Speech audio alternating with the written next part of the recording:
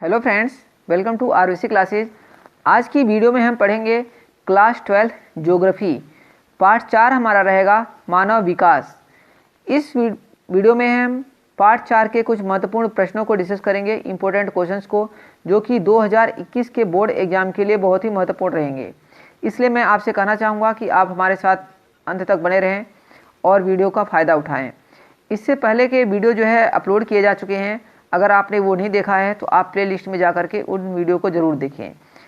तो आइए देखते हैं इस चैप्टर के कुछ महत्वपूर्ण प्रश्नों को। इस वीडियो में हम अति लघु उत्तरी प्रश्नों, लघु उत्तरी प्रश्नों, दीर्घ उत्तरी प्रश्नों और मैप को हम डिस्कस करेंगे। तो आइए देर न करते हुए वीडियो को शुरू करते हैं। सबसे पहला क्वेश्चन है, उस देश का नाम बताइए जिसका मानव विकास सूचकांक उच्चतम है। तो किस देश का जो मानव विकास सूचकांक है उच्चतम है? बहुत ही इंपॉर्टेंट क्वेश्चन है, पहला ही बहुत इंपॉर्टेंट क्वेश्चन है। कई बार एग्जाम में ये पूछा जाता है कि किस देश का उच्चतम है, किस देश का निम्नतम है, क्योंकि चैप्टर ही यही है हमारा मानव विकास। ठीक है, तो उस देश का नाम बताइए जिसका मानव विकास सूचकांक उच्चतम है। तो आंसर है हमारा नॉर्वे, नॉर्वे भी बोल सकते हैं हम। संयुक्त राष्ट्र विकास कार्यक्रम द्वारा प्रथम मानव रिपोर्ट कब प्रकाशित की गई? तो 1990 में प्रकाशित की गई थी। मानव विकास की अवधारणा किस विद्वान की देन है? सबसे पहले मतलब मानव विकास की अवधारणा किसने दी थी? तो डॉक्टर महबूब उल हक ने दी थी। कौन से एकमात्र देश ने सकल राष्ट्रीय प्रसन्नता को देश की प्रगति की अधिकारिता माप घोषित किया है? तो यह है भूटान। नेक्स्ट क्वेश्चन रहेगा, ILO का विस्तृत रूप क्या है? ILO का विस्तृत रूप क्या है? तो अंतर्राष्ट्रीय श्रम संगठन। क्या है? अंतर्राष्ट्रीय श्रम संगठन। अभी जो है हम अति लघु उत्तरी प्रश्नों को पढ़ रहे हैं। UNDP का विस्तृत रूप क्या है? संयुक्त राष्ट्र विकास कार्यक्रम। UNDP का विस्तृत रूप लिखो, क्या है? संयुक्त राष्ट्र विकास कार्यक्रम। मानव विकास सूचकांक क्या है? तो मानव विकास सूचकांक एक पैमाना है जिसकी सहायता से किसी भी देश के लोगों के विकास को मापा जाता है। तो मानव विकास सूचकांक क्या है? मानव विकास सूचकांक एक पैमाना है जिसकी सहायता से किसी भी देश के लोगों के विकास को मापा जाता है।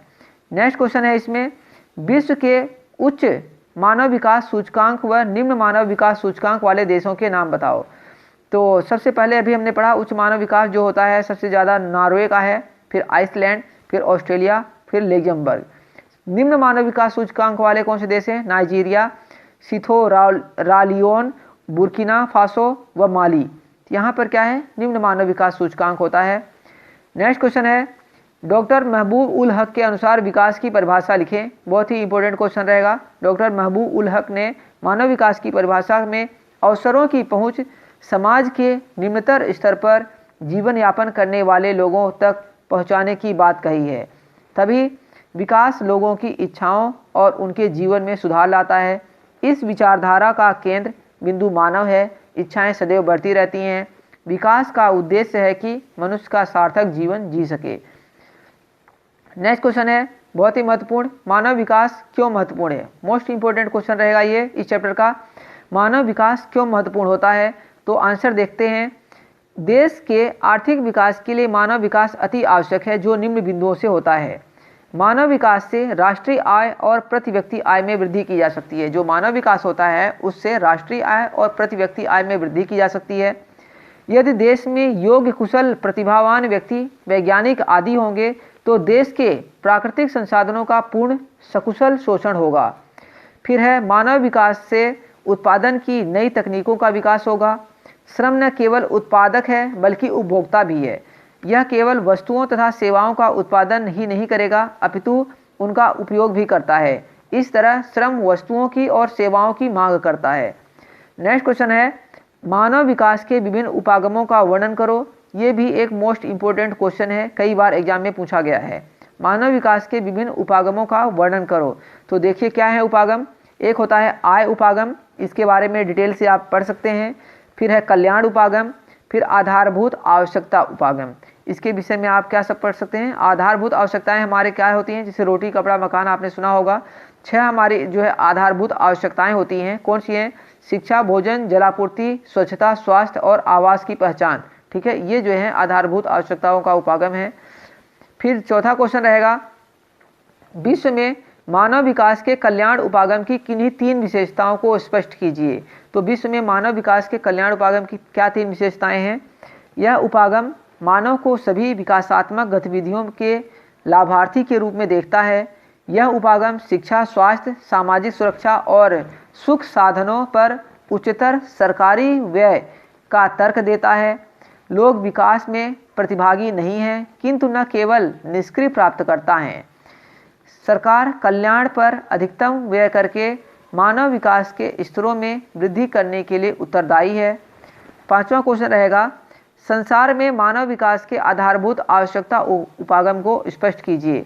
तो अभी पिछले क्वेश्चन में ये हमने पढ़ा था, ये भी इंपॉर्टेंट क्वेश्चन है, इसलिए बार बार रिपीट हो रहा है कि 6 न्यूनतम आवश्यकताओं जैसे स्वास्थ्य, शिक्षा, भोजन, जलापूर्ति, स्वच्छता और आवास की पहचान की गई है। इसमें मानव विकल्पों के प्रश्न की उपेक्षा की गई है और मूलभूत आवश्यकताओं की व्याख्या पर जोर दिया गया है।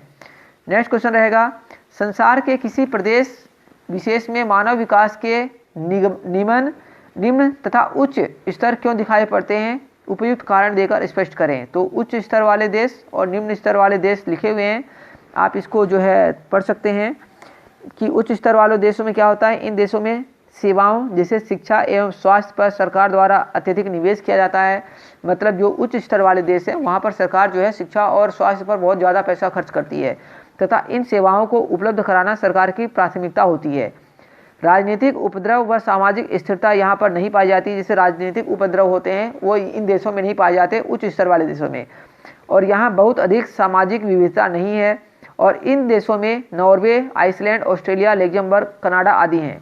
निम्न स्तर वाले देश क्या हैं? सामाजिक सेवाओं में सरकार द्वारा आवश्यक निवेश नहीं किया जाता है। अधिकांश देशों में आर्थिक विकास की गति बहुत धीमी है और अधिकांश देश राजनीतिक उपद्रवों, गृह युद्ध, सामाजिक स्थिरता, अकाल अथवा बीमारियों के दौर से गुजर रहे हैं। विश्व में मानव विकास के आय उपागम की किन्हीं 3 विशेषताओं को स्पष्ट करो।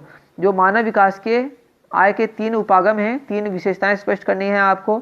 तो 3 विशेषताएं आप पढ़ सकते हैं। आय उपागम मानव विकास के सबसे पुराने उपागमों से एक है। इस उपागम में मानव विकास को आय के साथ जोड़कर देखा जाता है। आय का स्तर ऊंचा होने पर मानव विकास का स्तर भी ऊंचा होगा। नेक्स्ट क्वेश्चन है, मानव विकास क्या है? मानव विकास सूचकांक की गणना में प्रयुक्त 3 सूचकों का वर्णन करना है आपको। तो 3 सूचक क्या हैं? आप देख सकते हैं प्रयुक्त 3 सूचक। एक तो है जीवन प्रत्याशा। दीर्घ जीवन को जीवन प्रत्याशा के रूप में माना जाता है, दीर्घ जीवन को। सामान्य साक्षरता दर, इसे शैक्षिक उपलब्धि के रूप में मापा जाता है। जैसे जैसे साक्षरता दर बढ़ती है वैसे वैसे ही मानव जीवन का विकास होता जाता है। मतलब सब कुछ साक्षरता पर ही डिपेंड करता है। फिर है जीवन स्तर, इसका आकलन प्रति व्यक्ति सकल घरेलू उत्पाद के रूप में किया जाता है। ठीक, तो ये फ्रेंड्स ये थे कुछ महत्वपूर्ण क्वेश्चन। इस वीडियो में हमने क्या डिस्कस किया है? लघु उत्तरीय प्रश्न, दीर्घ उत्तरीय प्रश्न और अति लघु उत्तरीय प्रश्न। ये प्रश्न बहुत ही इंपॉर्टेंट है, बार बार एग्जाम में पूछे गए हैं, इसलिए आपसे कहना चाहूँगा कि इस वीडियो को देखें और अपने फ्रेंड्स को भी शेयर करें ताकि वो भी इसका लाभ उठा सकें। Okay friends, thank you for watching this video. मिलेंगे नेक्स्ट वीडियो में।